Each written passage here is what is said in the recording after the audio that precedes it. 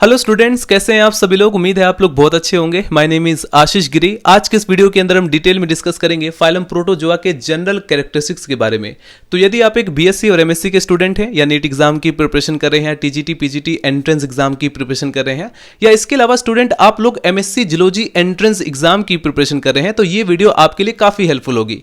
इस वीडियो के अंदर स्टूडेंट हम उन पॉइंट्स को भी कवर करेंगे जहां से एमसीक्यूज कवर होते हैं। तो चलिए स्टूडेंट वीडियो को स्टार्ट करते हैं। यदि हम बात करें बीएससी के स्टूडेंट की, तो आपके सिलेबस में भी फाइलम प्रोटोजोआ को पढ़ाया जाता है। बीएससी थर्ड ईयर जियोलॉजी के 5th सेमेस्टर के फर्स्ट पेपर में आपका थ्योरेटिकल पेपर आता है diversity of non कोडेट्स and economic geology. वहां पर भी स्टूडेंट फाइलम प्रोटोजोआ के जनरल कैरेक्टरिस्टिक्स क्लासिफिकेशन को इंक्लूड किया गया है। तो इस वीडियो के अंदर फर्स्ट ऑफ ऑल हम डिस्कस करेंगे फाइलम प्रोटोजोआ के इंट्रोडक्शन के बारे में। अगर हम बात करें इसके इंट्रोडक्शन के बारे में, तो अगर आप इस वर्ड को स्प्लिट करें, ये जो फाइलम प्रोटोजोआ वर्ड है, इसे स्प्लिट कर दीजिए तो दो वर्ड्स निकल कर आते हैं, प्रोटोज एंड जोआस। प्रोटोज मतलब प्रिमिटिव, प्राथमिक, ठीक है। जोन्स का मतलब एनिमल्स, यानी कि बहुत ही प्रिमिटिव टाइप के एनिमल्स। इस फाइलम के अंदर लगभग 50,000 जातियां हैं, जिसमें से काफी सारी एक्सटिंक्ट हो चुकी हैं, यानी कि आज उनका अस्तित्व पृथ्वी से समाप्त हो चुका है। लेकिन बहुत सारी ऐसी स्पीसीज है जो कि अभी लिविंग है, जिनके बारे में हम यहाँ पर स्टडी करेंगे और इनके जनरल कैरेक्टरिस्टिक्स को कवर करेंगे। तो सिंपली फाइलम प्रोटोजोआ को थर्ड लार्जेस्ट फाइलम माना जाता है। फर्स्ट नंबर पर आता है आर्थ्रोपोडा, सेकेंड नंबर पर आता है मोलस्का। इनके बारे में आप लोग लिखेंगे, protozoa represent the most primitive group of animal organism. ये जो प्रोटोजोआ है, ये बहुत ही प्रिमिटिव टाइप के एनिमल्स का ग्रुप है। दे आर यूनिसेलुलर, ये जो है सिंगल सेल वाले होते हैं, और जीवन की जो सभी के सभी बायोलॉजिकल एक्टिविटीज होती हैं, जैसे कि एक्सक्रीशन, रेस्पिरेशन या रिप्रोडक्शन, डाइजेशन, ऑस्मोरेगुलेशन, ये सब के सब एक सिंगल सेल के अंदर ही होती है, जैसे कि मल्टी सेलुलर ऑर्गेनिज्म के अंदर होता है, राइट। जैसे फॉर एग्जांपल हम लोग हैं, हम लोग मल्टी सेलुलर ऑर्गेनिज्म है। हमारी बॉडी में जितनी भी प्रकार की फिजियोलॉजिकल एक्टिविटीज होती हैं, जैसे कि एक्सक्रीशन, डाइजेशन या इसके अलावा रेस्पिरेशन, रिप्रोडक्शन, ये सब इनके अंदर एक सिंगल सेल में होता है, ठीक है। तो ये यूनिसेलुलर है और यूकैरियोटिक सेल होते हैं, लेकिन ध्यान रहे इनमें सेल वॉल अब्सेंट रहता है। तो ये सेल वॉल लेस होते हैं, मोटाइल होते हैं, यानी कि गतिशील होते हैं, एक जगह से दूसरी जगह पर जा सकते हैं। आगे लिखेंगे student, and form a very large highly diverse group originating from several phylogenetic lines. The majority of protozoa, यानी अगर आप लोग सिंपली देखें 50,000 स्पीसीज में से जो ज्यादातर मेजोरिटी जो प्रोटोजोआ है आर फ्री लिविंग ऑर्गेनिज्म। वो जो है फ्री लिविंग रहते हैं, कहां पर? एक्वेटिक हैबिटाट में, यानी जो फ्रेश वाटर होता है, मैराइन वाटर होता है, ऐसी जगह पर ये रहते हैं, और सोइल के अंदर भी रहते हैं। कुछ पैरासिटिक फॉर्म में भी रहते हैं, यानी परजीवी के रूप में किसी दूसरे एनिमल्स के गट वगैरह में, यानी उसकी बॉडी के अंदर रहते हैं। कुछ जो है पैथोजेनिक होते हैं, पैथोजेनिक यानी कि बीमारियां पैदा करने वाले, डिजीज कॉज करते हैं। अदर्स आर सिम्बियोटिक, कुछ सिम्बियोटिक भी रहते हैं, कमेंसल ऑर्गेनिज्म भी होते हैं। अभी मैं उसको जस्ट डिस्कस करूंगा इसके जनरल फीचर्स के अंदर और भी डिटेल में।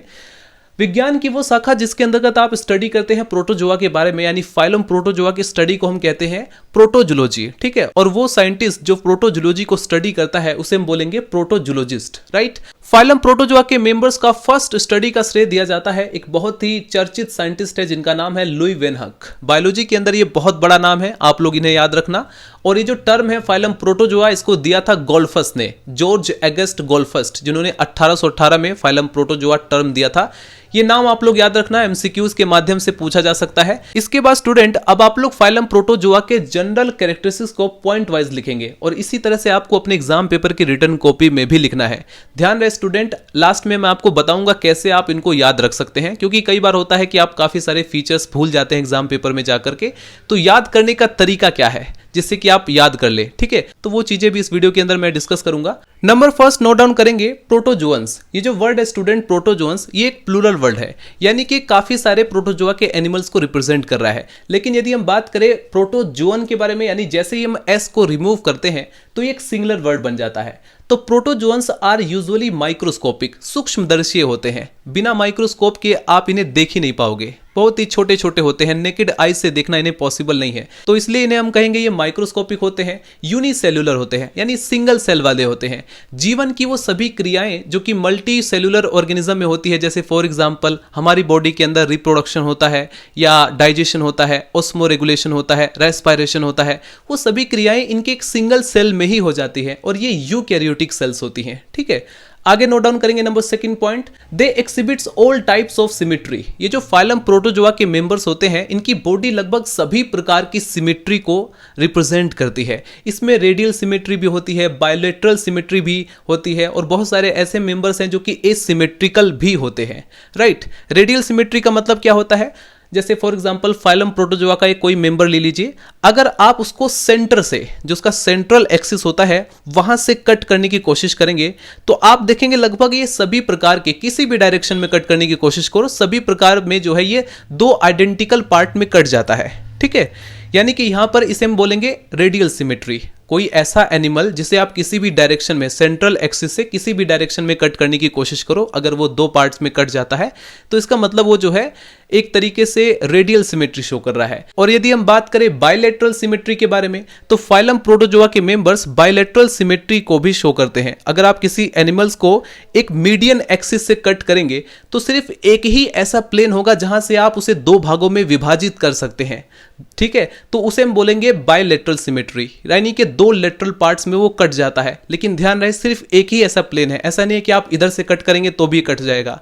ध्यान रहे दो, अगर आपको इक्वल पार्ट में कट करना है तो एक ही ऐसा मीडियन एक्सिस होगा जहां से आप उसे कट कर सकेंगे, उसे बोला जाता है बायलैटरल सिमेट्री। कुछ एसिमेट्रिकल होते हैं, यानी कि आप उन्हें किसी भी सेक्शन से, किसी भी डायरेक्शन से कट करने की कोशिश करें, किसी भी एक्सिस से आप उसे कट करने की कोशिश करें, वो दो भागों में कट ही नहीं पाते। यानी जितना पार्ट एक साइड आया उतना पार्ट दूसरी तरफ नहीं आएगा, अनइक्वल पार्ट में डिवाइड होते हैं, उसे कहा जाता है एसिमेट्रिकल, राइट। तो इस तरह से हमने देखा कि फाइलम प्रोटोजोआ के जो मेंबर्स होते हैं वो जो है वेरिएबल सिमेट्री को शो करते हैं। इसके बाद नंबर थर्ड आप लोग नोट डाउन करेंगे, most species occur as single but many are colonial. Phylum protozoa के जो मेंबर्स होते हैं ना, ज्यादातर आपको सिंगुलर दिखाई देंगे, सॉलिटरी, अकेले दिखाई देंगे आपको, ठीक है, यानी अकेले रहना पसंद करते हैं। लेकिन कुछ मेंबर्स कॉलोनी बनाकर रहना पसंद करते हैं, यानी कि वो कॉलोनियल होते हैं। इसके बाद पॉइंट नंबर 4 नोट डाउन करेंगे, body is bounded by cell membrane. Phylum protozoa के जो मेंबर्स होते हैं उनकी बॉडी जो होती है वो सेल मेम्ब्रेन या प्लाज्मा लेमा से बाउंडेड रहती है। बॉडी में भी नेकेड, इनकी जो बॉडी है वो नेकेड भी हो सकती है, या जो है पेलिकल या टेस्ट से, जिसे हम सेल भी कहते हैं, उससे कवर रहती है, राइट। और उनका जो टेस्ट होता है या शेल होता है वो जो है सिलिका का बना होता है, कैल्शियम कार्बोनेट का बना होता है।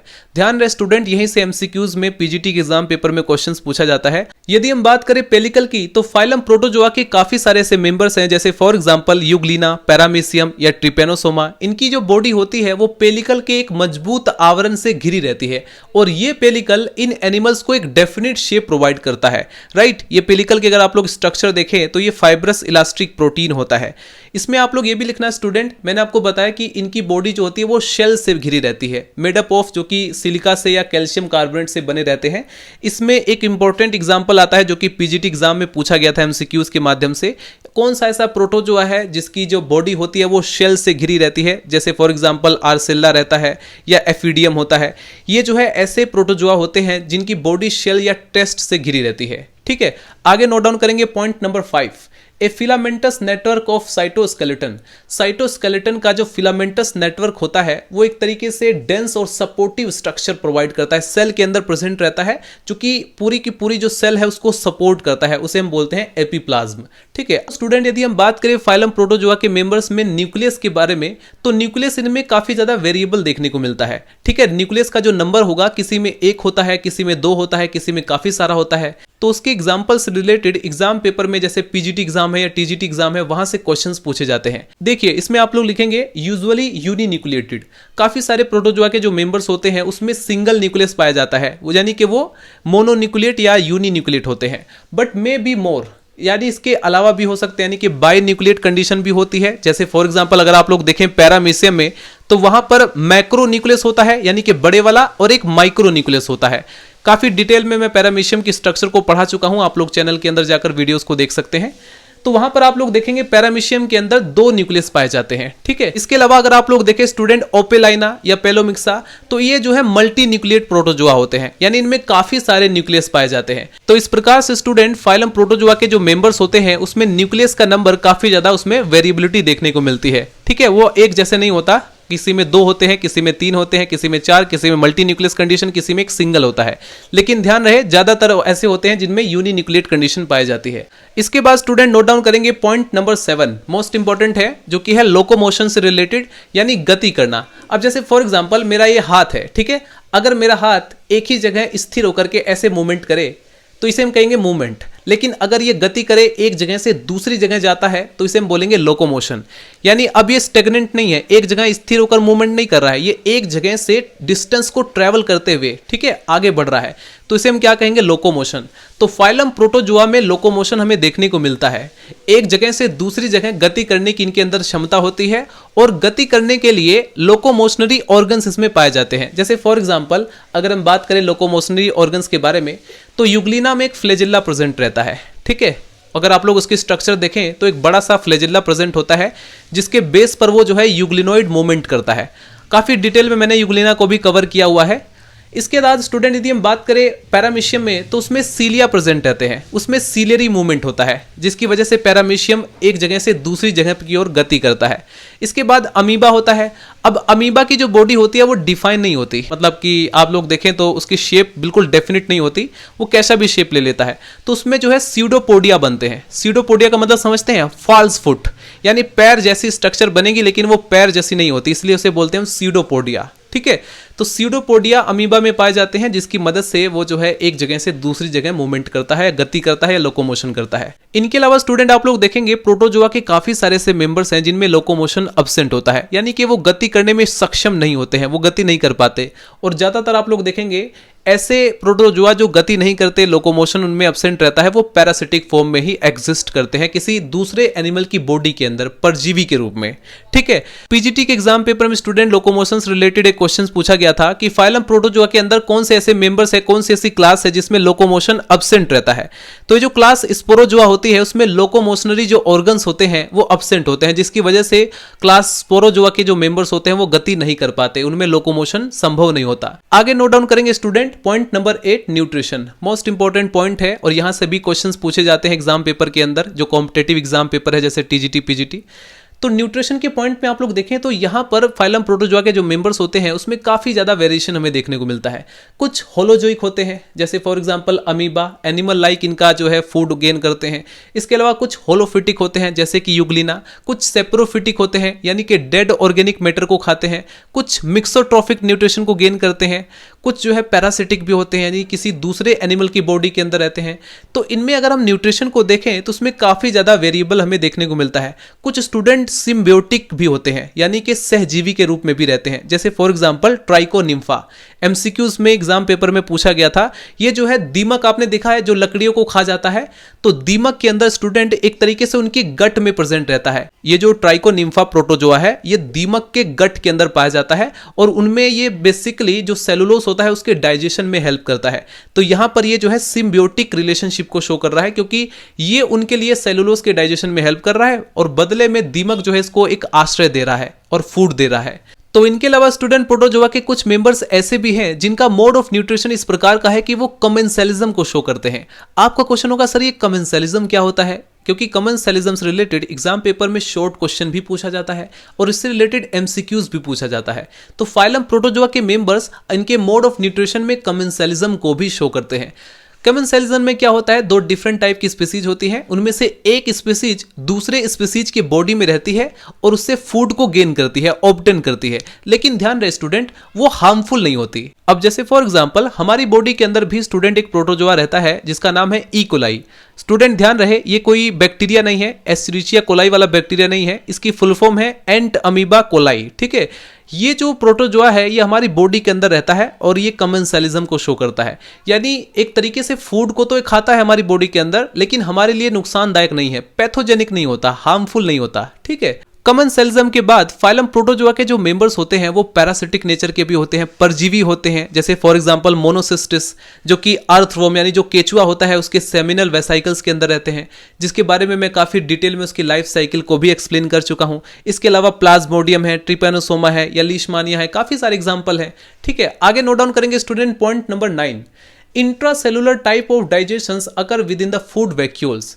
इनके अंदर इंट्रासेलुलर टाइप्स ऑफ डाइजेशन पाया जाता है। अब आपको पता है भाई, हमारी बॉडी के अंदर एक डाइजेस्टिव ट्रैक होता है, एक एलिमेंट्री कैनाल होती है जहां से फूड जो होता है वो चबाने से लेकर उसको डाइजेस्ट किया जाता है, ठीक है, पचाया जाता है। लेकिन इनकी बॉडी में स्टूडेंट डाइजेस्टिव ट्रैक एब्सेंट रहता है, तो इनमें बनते हैं फूड वैक्यूल। फूड वैक्यूल्स के माध्यम से इनकी बॉडी में डाइजेशन होता है। जैसे फॉर एग्जांपल लाइसोसोम लाइक जो झिल्ली होती है, उसी तरह से फूड वैक्यूल भी होता है। आगे नोट डाउन करेंगे पॉइंट नंबर 10, रेस्पिरेशन यानी श्वसन क्रिया। अब जैसे कि आपको पता है, हम लोग सांस लेते हैं, हमारी बॉडी में रेस्पिरेटरी सिस्टम बना हुआ है पूरी तरह से सांस लेने के लिए, जिसमें गैसेस का एक्सचेंज होता है। हम लोग ऑक्सीजन लेते हैं, कार्बन डाइऑक्साइड को रिलीज करते हैं। तो ठीक इसी प्रकार से इनकी बॉडी में भी रेस्पिरेशन होता होगा। तो respiration perform generally through the outer surface of body.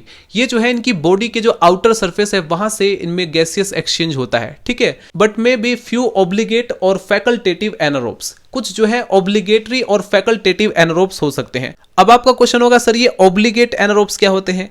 ये जो है विदाउट ऑक्सीजन, जहां पर ऑक्सीजन अनुपस्थित होता है वहां पर ये सर्वाइव करते हैं, ठीक है, ऐसे एनिमल्स। इसके अलावा यदि हम बात करें फैकल्टेटिव एनारोब्स, तो यहां पर ऑप्शन मिल गया। फैकल्टेटिव का मतलब ऑप्शन, तो फैकल्टेटिव एनारोब्स जो होते हैं वो दोनों जगह सर्वाइव कर सकते हैं। अगर ऑक्सीजन प्रेजेंट है तो भी ये सर्वाइव कर लेंगे, और अगर ऑक्सीजन अब्सेंट है, वहां पर ऑक्सीजन की अनुपस्थिति है, तो भी ये सर्वाइव कर लेंगे। यानी दोनों इन्वायरमेंट में सर्वाइव कर लेते हैं, इसलिए इन्हें हम कहेंगे फैकल्टेटिव एनारोब्स।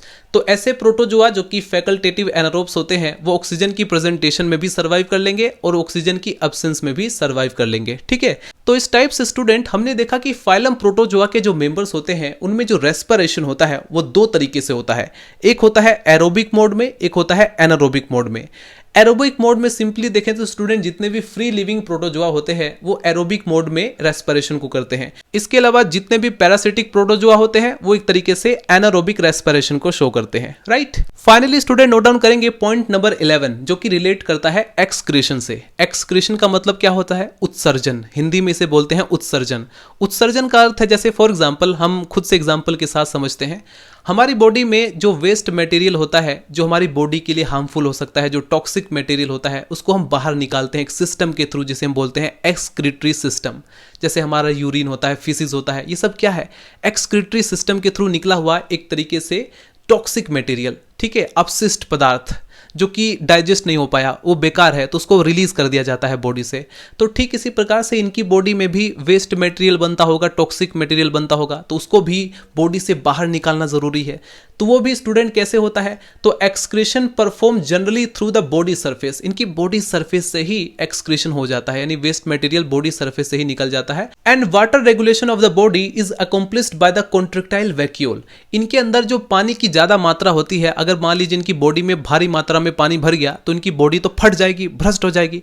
तो ऐसे में जरूरी है पानी को रेगुलेट करना, यानी जो एक्स्ट्रा अमाउंट ऑफ वाटर है उसको बाहर रिलीज करना। तो वो कैसे रिलीज किया जाता है? कॉन्ट्रेक्टाइल वैक्यूल की मदद से। पीजीटी एग्जाम में क्वेश्चन पूछा जाता है कि कौन सा ऐसा प्रोटोजोआ है जिसके अंदर दो कॉन्ट्रेक्टाइल वैक्यूल प्रेजेंट रहते हैं? तो पैरामीशियम। ध्यान रहे, पैरामीशियम पर टिक करेंगे, वहां पर 4 ऑप्शन आते हैं। तो स्टूडेंट ये जो कॉन्ट्रेक्टाइल वैक्यूल होता है ये हेल्प करता है जो पानी के अंदर एक्स्ट्रा अमाउंट ऑफ वाटर है उसको बाहर रिलीज करने में, ठीक है। तो ये एक तरीके से इक्विलिब्रियम को मेंटेन करता है, ऑस्मो रेगुलेशन के प्रोसेस को ये हैंडल करता है। तो इसको फटाफट नोट डाउन करेंगे स्टूडेंट। फाइनली स्टूडेंट अब आप लोग नोट डाउन करेंगे point number 12। Point number 12 belong करता है रिप्रोडक्शन से। जिस प्रकार से अदर ऑर्गेनिज्म जैसे फॉर एग्जांपल प्लांट होते हैं, एनिमल्स होते हैं, या इंक्लूडिंग ह्यूमंस की हम बात करें तो सभी के अंदर रिप्रोडक्शन होता है, जिसके माध्यम से वो अपनी जैसी डॉटर सेल्स बनाते हैं या अपने संतानों को जन्म देते हैं। ठीक इसी प्रकार से फाइलम प्रोटोजोआ के मेंबर्स भी अपनी संतानों को जन्म देते हैं, इनमें भी रिप्रोडक्शन होता है। इनमें जो रिप्रोडक्शन होता है वो मोस्टली एसेक्सुअल के माध्यम से होता है, ठीक है। तो एसेक्सुअल में स्टूडेंट आप लोग नोट डाउन करेंगे इसमें बाइनरी फ्यूजन के थ्रू होता है, जैसे फॉर एग्जांपल अमीबा।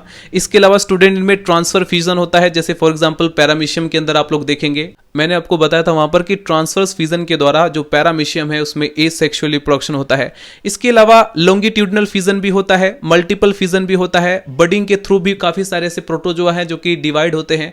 तो इसमें एसेक्सुअल रिप्रोडक्शन ज्यादातर होता है, सेक्सुअल रिप्रोडक्शन में बहुत ही रेयर होता है, जैसे फॉर एग्जांपल पैरामीशियम। पैरामीशियम में आप लोग देखेंगे कॉन्जुगेशन के माध्यम से सेक्सुअल रिप्रोडक्शन होता है। तो प्रोटोजोआ के जो मेंबर्स होते हैं मोस्टली जो है एसेक्सुअली वो रिप्रोड्यूस होते हैं। तो लिखेंगे इसके बारे में, asexual reproduction occurs by fission, mitosis और बडिंग के through. In certain forms sexual reproduction में अकर ईदर बाय कॉन्जुगेशन और फ्यूजन बाय गैमेट्स, यानी कि सिनगेमी होती है, गैमेट्स का फ्यूजन होता है वहां पर, ठीक है। इसके बाद स्टूडेंट पॉइंट नंबर 13 में नोट डाउन करेंगे, they never develop form blastula stage during development.